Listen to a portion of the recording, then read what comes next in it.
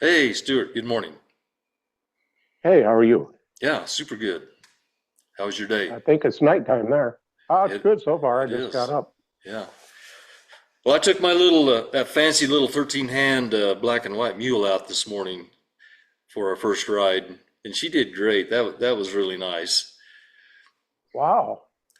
Is that mule very big? She's 13 hand. She's very small. So I couldn't ride her. We're probably close to the same weight. I don't know, but I can ride her, but I won't ride her a lot. I'll ride her enough to kind of tune her up for my wife, or maybe a smaller rider that would ride with me. But she's a little small for me. But I talked to the farrier and the vet, and they said, "Oh, you can ride her." They said mules are so tough, but still, I would like a little bigger one for myself, just so they can carry the weight better. They're a little bit more sure-footed in the mountains, aren't they? They are, and they're stronger. They can carry more weight. Like a horse, the rule of thumb for a horse is they can carry 20% of their weight, and a mule can carry a Okay. bit more. But she's tough. We went up some incredibly steep hills, like I mean, Uh-huh. really steep. And the other guys riding big mules, and they were all struggling, and she took me right up. She's a tough little thing. That's kind of fun, isn't it? She's cool. Yeah. I used to ride some in the US. Not many horses around here. I see people riding camels, but not many horses. Are you telling me that you're a cowboy? No, I maybe had that dream at one point in time, but I never, never got there. Every little boy wants to be a cowboy, doesn't he? Well, most people do, yeah, most boys. For the US, I'm listening to some cowboy stories right now. It's really fascinating. Well, I have a question for you, Stuart. Yeah. Who are you? Oh, you're asking me about my identity. I'm asking about the topic for today. Yeah, our identity. Yeah.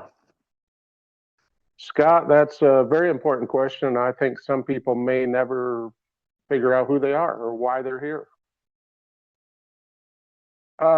You asked me who I am. There's different things. There's the parts of me that I can't change that are part of my identity. I'm a U.S. citizen. I'm a white male. I was born and raised in a authoritarian religious organization. And then there's the parts of me that I have changed. I don't know. I don't know how much I had to do with it, though. It was according to the talents and gifts that I was given. Um, Scott, that's a fascinating question because in the U.S. I was one person, but over here in Kenya I'm a completely different, or almost completely different. I shouldn't say completely different because you'd still recognize me. So what's going on? Are there personas that you put on like a pair of pants? I think some people do. I try to be authentic. I try really hard to just be who I am. Hmm. But, you know, I don't think that's easy, just to be who you are. Society kind of wants to mold us, and our environment molds us. And sometimes you attach yourself to an organization that affects your identity. Um, Supposing you become a Democrat or a Republican, you kind of have to fit into a mold if you want to stay there. You do. Would you agree that we all crave to know who we are, to have an identity, to belong? Yeah. Acceptance and connection is very important. I don't think that answers your question properly, though. But yeah, we would like, people want to have relevance. Let me put it that way. The people who are thinking, they want to make an impact. They want to know, why am I here? What am I doing here, for crying out loud? Well, look at that energy in young people, teenagers, how they have such a compulsion to belong to a group, to get into a group or a clique, and to belong. And it's kind of a desperate thing in a way. And then that feeling of being an outcast, being estranged from the group, or being an outsider is super painful. And we Very recognize that painful. recognize those times in our teen years when we don't know who we are. We talk about it, as if it's just a standard thing that we still don't know who we are. So, at what age did you begin to get an idea of who you were? Oh, wow. 28, I had some revelation. I moved from Michigan to Kentucky, stopped being a dairy farmer and started being a contractor. Built a lot of chicken houses. I had about a dozen men working for me.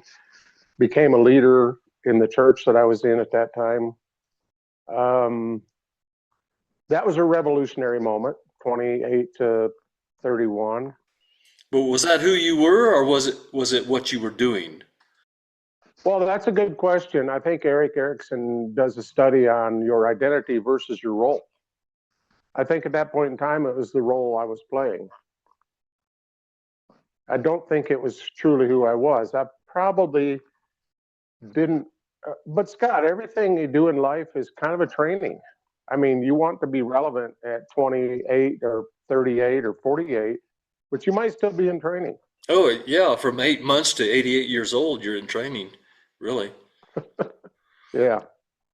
I had a very unique, how would I say this, happening in my life when I moved here.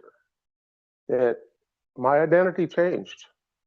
And it had more to do with others people's perception of me than my own perception. I was a broken person when I moved to Kenya.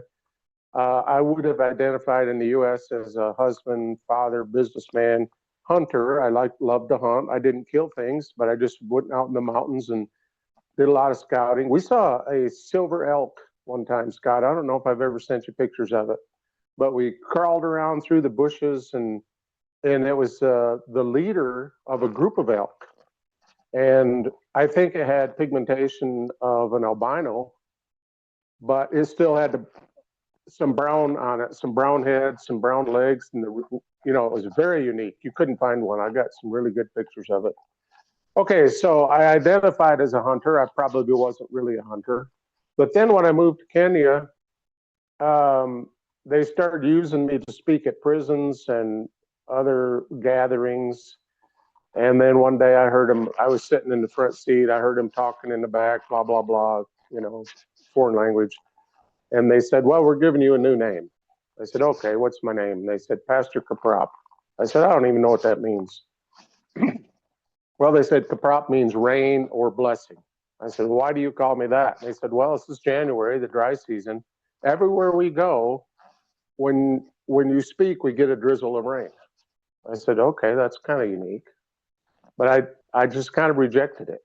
I said, I'm a farmer. I'm not a pastor. I still reject pastor. So then went to medium security prison. I hope I'm not boring you with this tale. No, I'm good. Okay, went to a medium security prison, and I said I'm a farmer, but I plant seeds of mercy and truth. I give my little talk. They responded very, very favorably. And the guy that was in charge of the meeting said, Stuart, you need to get up here and pray for these people. I said, okay, whatever. So I got up and I said, Father, I've planted a few seeds of mercy and truth. It's now up to you to water these seeds. And at that instant, it started pouring rain on the roof. And I couldn't, Scott, I was just dumbfounded. I mean, overwhelmed. Yeah, I don't know what to do with that either. From the scientific mind point of view, I don't know how do you process that? Well, I think, see, I tried to stay very, very connected or aligned with the creator. I think that's so important.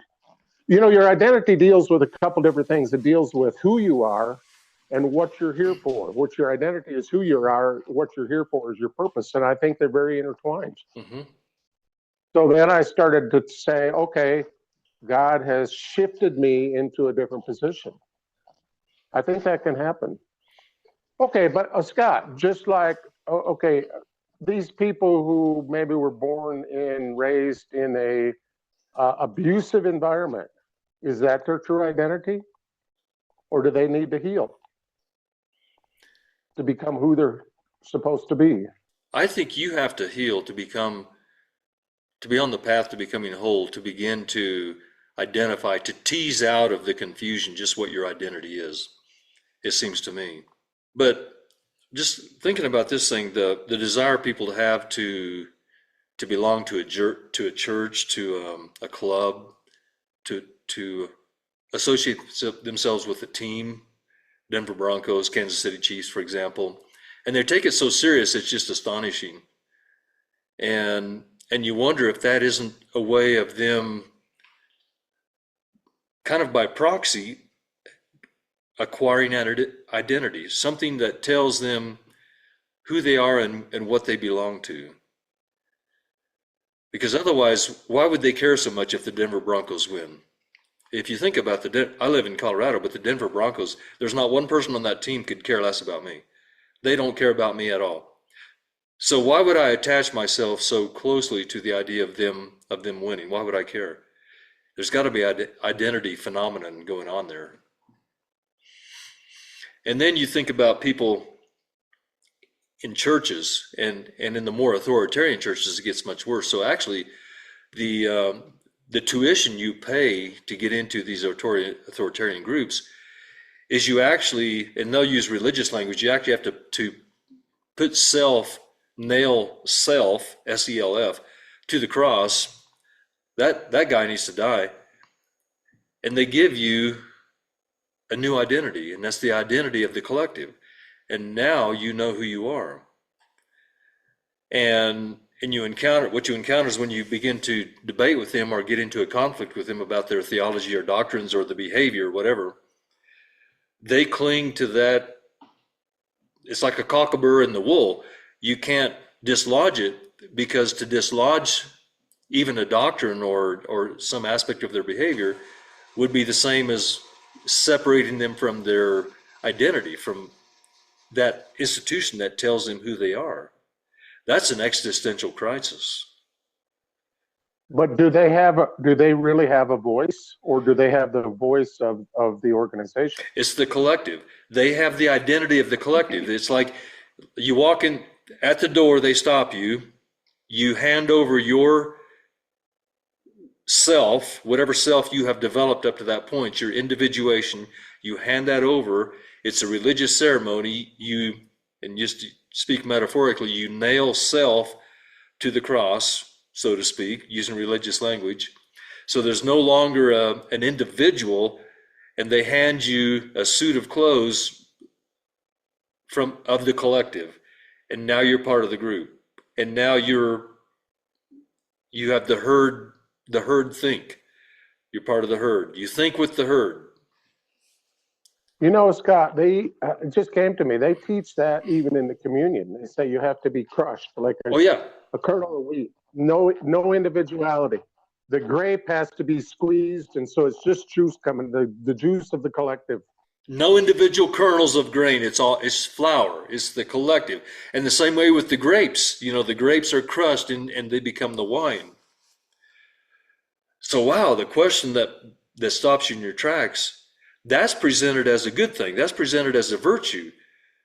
What's the chance that's not a virtue? What's the chance that that's actually a form of tyranny and an assault on the self that should continue to individuate in your life, to grow up and become mature and actually develop its own conscience, instead of just outsourcing its conscience to that of the collective or to the institution. What do you think?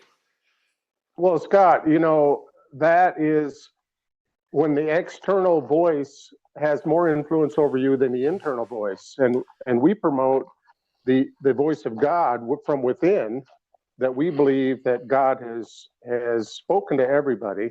Mm-hmm. And we're trying to free people from the oppression of external voices to where you can become who you were meant to become and fill the place. Okay, so I think I filled that place back in the U.S. Maybe it was my identity, maybe it was the role I was playing at that time, I don't know. But when I came over here, obviously I'm not going to hunt. I don't have a gun here. I'm not a Kenyan citizen, so I'm restricted. So now I'm filling a completely different role. I have a different identity. I mean, I still don't see myself that way. But when I walk up to Kipsongo, people say, "Good morning, doctor," or "Hello, professor," or and I'm just like, "Oh, that's me. Okay, well, whatever." Those are big shoes. I guess I better try walking in them. Huh? Well, I think you've been a professor, if you want to be honest about it. But I always just called myself an instructor. I avoided the label professor, but I just saw myself yeah, as an instructor. But anyway, so I'm having trouble with the math of this thing. If you hand over your conscience to the collective, you outsource your conscience to the collective. What do you use to choose which collective you're going to join? a lot of people are born into the collective, and I don't know what percentage of humanity actually steps out of the collective that they were born into. You mean so the proper institution, the true institution for you as a matter of luck is which zip code you're born into? That's crazy. It's very I mean, crazy. who's going to believe that? Nobody. But they don't think about it, Scott. They don't. I didn't think about it. Oh, maybe that's the key. We start thinking about things. Yeah, That'd be a good start. yeah. Start thinking of how to think instead of what to think. Yeah, exactly. So I think this thing of having an identity is it's incredibly important. I think if you haven't developed a strong identity, you're going to be subject to your environment very much. If they put you in Yeah, San Francisco, you might start taking on some of those attributes because you want to belong. You need to find something to belong to that tells you who you are. They move you to Western Kansas and you'll change again to fit in, you know. You mm, go to that little cafe with the red checkered tablecloth and get a cup of coffee. You'll start talking different and acting different because you want to fit in. The more this is my I wouldn't call it a theory, maybe a hypothesis. The more that you really start to know who you are, you have a strong identity, the less permeable you are to outside influence. The more stable you will be, whether that's you're in San Francisco, Western Kansas, or New York, or Dubai. It's not going to matter. that's a very good point because if you don't know who you are, you don't know what you're supposed to do. You're kind of subject to almost anything. You know, I gave a lesson here a couple of weeks ago about con men at proof training, and if you don't have a strong identity, Scott, I think you could be easily taken in by a con man. They they'll be happy to use you. You remember that lyric in that song by John Cougar Mellencamp? I just thought of it now when you were talking. It said, "If you don't stand for something, you'll fall for anything." Sure. If you don't know who you are, somebody is Hmm. happy to project something on you. So, what are the foundational principles or principles, is that the right word? Or components rather of knowing who you are? What has to be developed so that you know who you are? That's the end goal. We're gonna launch out into deep space here and take the opposite position from what some of these institutions say. We don't want to die to self. We want the self to individuate, to mature, so that we have an internal conscience, an internal sense of true north connected to the creator, as you say, the source. So we don't have to outsource our conscience. We want to do exactly the opposite. How do we do that? Okay, Scott, I teach alignment. I think probably every training I give, I say connect with your creator, get in Hmm. alignment because he created us. He knows why he created us. Now, let's me do a thought Okay. experiment here. Supposing the war that's now in Iran shifts to the U.S. and the U.S. becomes in turmoil. God Okay. forbid that happens. Okay. And you're no longer able to go to this institution of your choice or of your birthplace and be told what you can do and what you can't do. And now you're on your own. Hmm. Do people know who they are, or does you see what I mean? What if you're separated from your institution of choice and also your Bible was destroyed in the blast, or your Quran, or your XY book of XYZ? What's your moral compass then? Are you without a moral compass? That's a really a tough question there. Do you know who you are? Do you know what you stand for? Do you know, or are you just going to then turn into whatever I have to do to survive? The enemy comes along, you say, it looks like the enemy's going to win, so let me join forces with him. Yeah, and you look at Maslow's hierarchy of needs, and I suppose you could make us desperate enough that we would go into just strictly survival mode. And I would hate to see that happen. And who knows, maybe all bets are off then. But generally, I mean, if we're separated from our tribe and we're separated from our sacred text, whatever text that is, if we haven't outsourced our conscience, we won't miss a beat. We won't change. Yeah. Nothing will change. But if you have an identity, and here's the other thing, Scott, sometimes we put our identity in what we do. Mm-hmm. We become human doings instead of human beings. Mm-hmm. And then if what you do is taken away or you retire, there's people who become really, really miserable. They don't know who they are. They don't know what they get up in the morning and they have no purpose.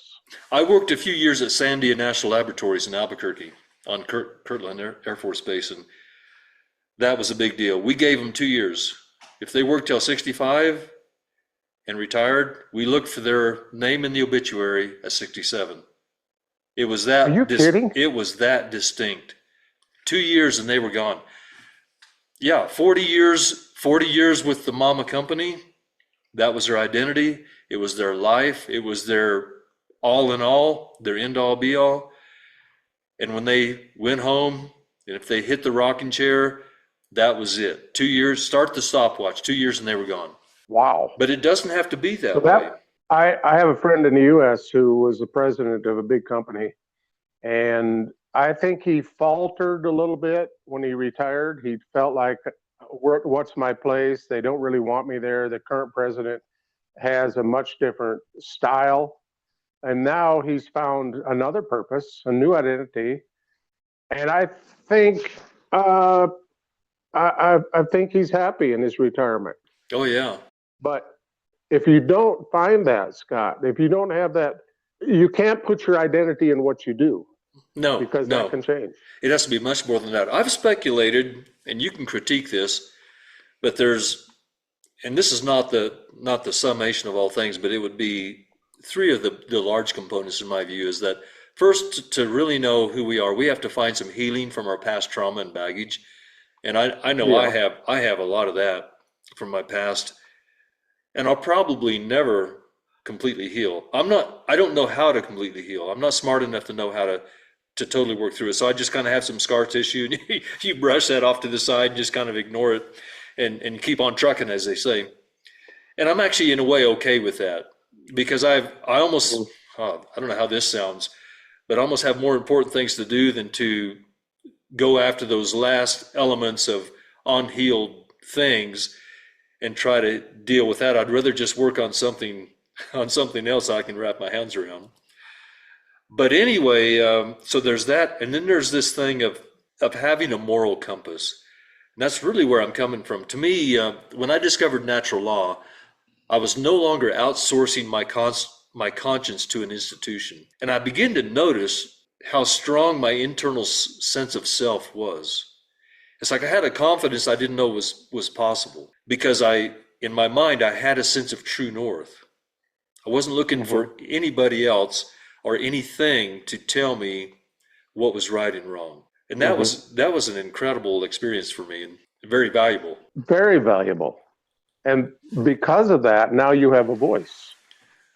I don't think the people who never find that, I don't really think they have a voice. They have the voice of something else that they're connected with. Well, if you think about it, Stuart, if you're outsourcing your conscience, how can you even really know who you are? Who you are, or what you've taken on to be what you are in that time, is something you're outsourcing from another place, and that could change. But I think having your conscience be internal, you're not outsourcing that, is an incredibly strong component of your identity. And also, and I think you would have a lot to say about this, this is finding your purpose. I would take a guess. Our our purpose is probably not seeing how much money we can make. We need to make money. I like money. I enjoy it. It really puts some grease on the gears. That's good. But to just see how much you can make and have that be the end all be all, that's not a good purpose. And it's recursive, it's circular. Once you get more, then you need more. It's just an endless loop. It's like a cassette tape on repeat, or an 8 track. And so I would say that's not our purpose. Is it possible that our real purpose has to have a spiritual angle to it? Well, I think so. And the reason I don't think our purpose should be to collect things is because have you ever seen a hearse pulling a U-Haul? You Yeah, don't take it with you. I get your point. So I think what we leave behind is more important than we don't take anything with us. So in other words, what you're saying is our purpose should have some relationship to what we can actually take with us. In other words, that's character. Hmm. But it also should have something to do with what we've left behind, the impact that we've Oh made yeah, on the yeah, world. yeah. Have we left the world in a better place? Have we been a positive impact? Have we added value to humanity? I think, and you can do that by working for a company. This company that you work for, I'm sure they've added a lot of value to humanity, but not in the way that you're adding value to humanity now. Hmm. But at that point in time, you had a growing family and you had bills and you had to make a living. So you applied your education and your knowledge and you filled that role. But that's kind of an interesting thought. I think it was Eric Erickson talked about the difference between role and identity. And I would need to do more study on that. But I think we fill a role sometimes. It's not really our identity. So, Scott, when you really know who you are, I'm going to say your authentic self, Hmm. then we have inner coherency.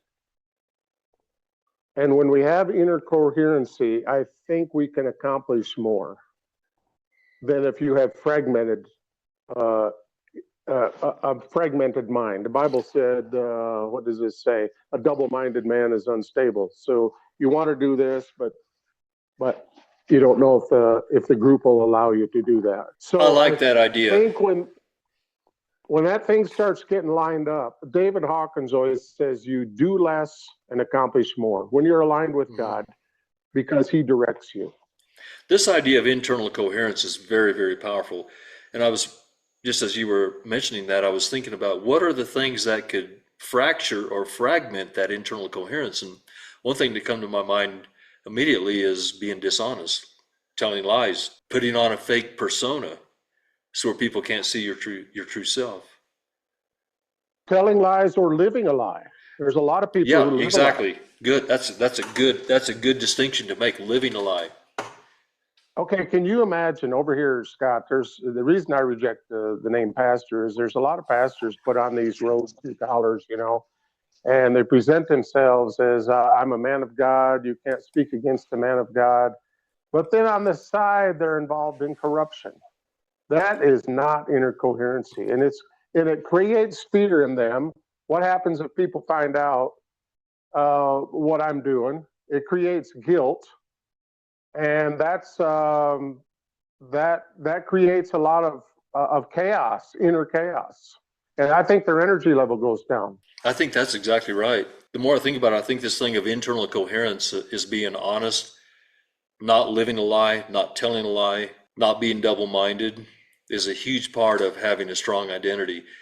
And I see we're kind of getting low on time here, but I believe we also have to allow ourselves decades to come into this thing.